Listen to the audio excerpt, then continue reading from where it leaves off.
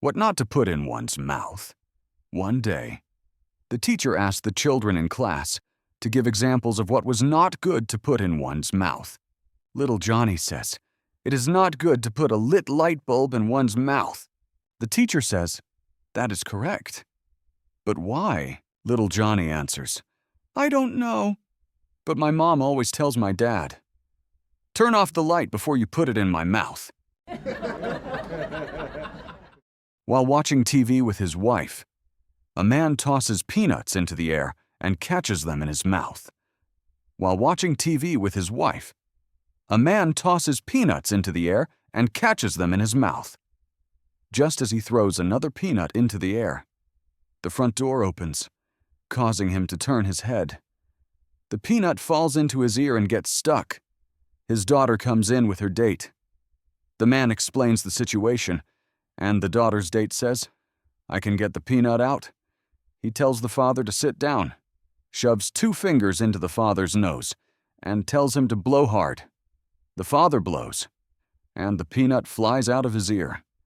After the daughter takes her date to the kitchen for something to eat, the mother turns to the father and says, "Isn't he smart? I wonder what he plans to be." The father says, "From the smell of his fingers, I'd say our son-in-law." A guy finds his dog with the neighbor's pet rabbit in its mouth. The rabbit is dead, and the guy panics. He takes the dirty, chewed-up rabbit into the house.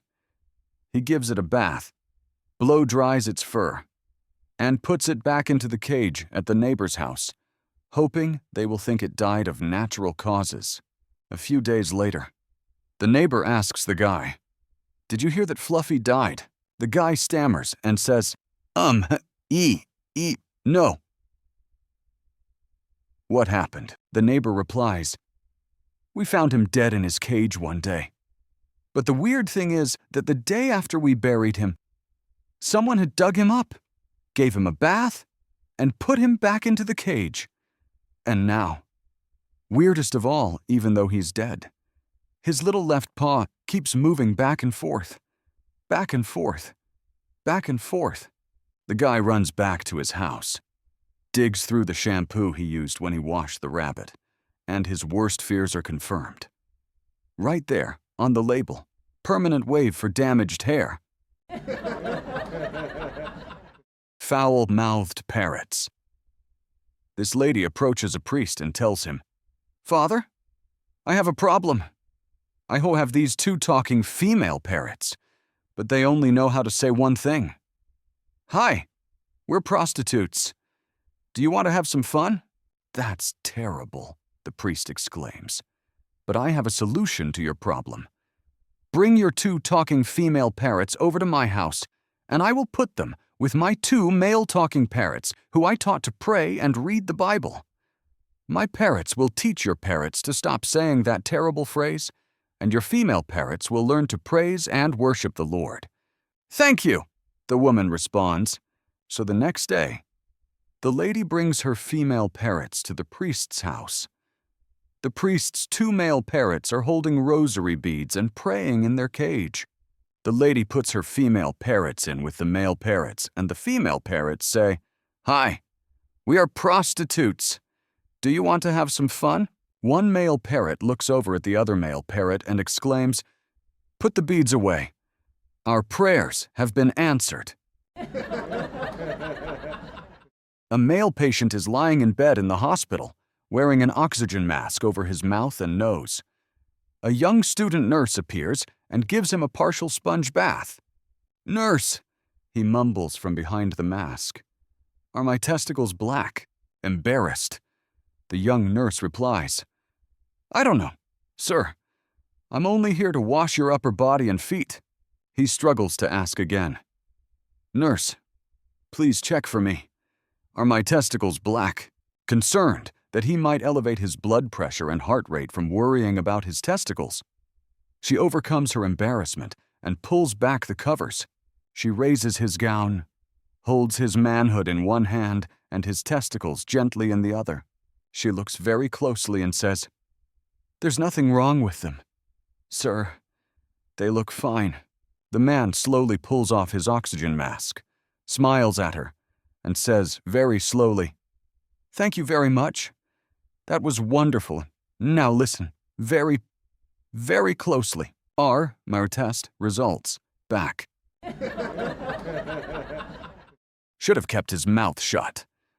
A young man with his pants hanging half off his rear, 2 gold front teeth, and a half-inch thick gold chain around his neck, walked into the local welfare office to pick up his check. He marched up to the counter and said, "Hi, you know, I just hate drawing welfare. I'd really rather have a job. I don't like taking advantage of the system, getting something for nothing." The social worker behind the counter said, "Your timing is excellent. We just got a job opening from a very wealthy old man who wants a chauffeur and bodyguard for his beautiful daughter. You'll have to drive around in his 2014 Mercedes-Benz GT, and he will supply all of your clothes. Because of the long hours, meals will be provided. You'll also be expected to escort the daughter on her overseas holiday trips. This is rather awkward to say, but you will also have, as part of your job, the assignment to satisfy her sexual urges as the daughter is in her mid-20s and has a rather strong sex drive." The guy, just plain wide-eyed, said, "You're bullshitting me," the social worker said. "Yeah, well, you started it." The 6th grade science teacher, Mrs. Parks, asked her class, "Which human body part increases to 10 times its size when stimulated?" No one answered until little Mary stood up and said, "You should not be asking 6th graders a question like that. I'm going to tell my parents, and they will go and tell the principal, who will then fire you." Mrs. Parks ignored her and asked the question again. "Which body part increases to 10 times its size when stimulated?" Little Mary's mouth fell open. Then she said to those around her, "Boy, is she going to get in big trouble." The teacher continued to ignore her and said to the class, "Anybody?" Finally, little Johnny stood up, looked around nervously, and said, "The body part that increases 10 times its size when stimulated is the pupil of the eye." Mrs. Parks said, "Very good."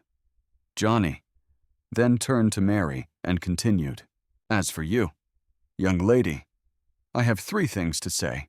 1, you have a dirty mind. 2, you didn't read your homework. And 3, one day you are going to be very, very disappointed." The woman says, "Doctor, I don't know what to do.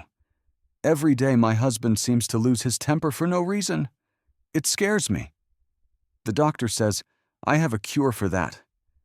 When it seems that your husband is getting angry, just take a glass of water and start swishing it in your mouth.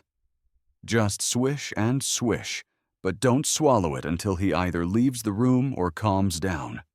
2 weeks later, the woman comes back to the doctor looking fresh and reborn. The woman says, "Doctor, that was a brilliant idea. Every time my husband started losing it, I swished with water. I swished and swished, and he calmed right down. How does a glass of water do that?" The doctor says, "The water itself does nothing. It's keeping your mouth shut that does the trick." Du Arthur Hort.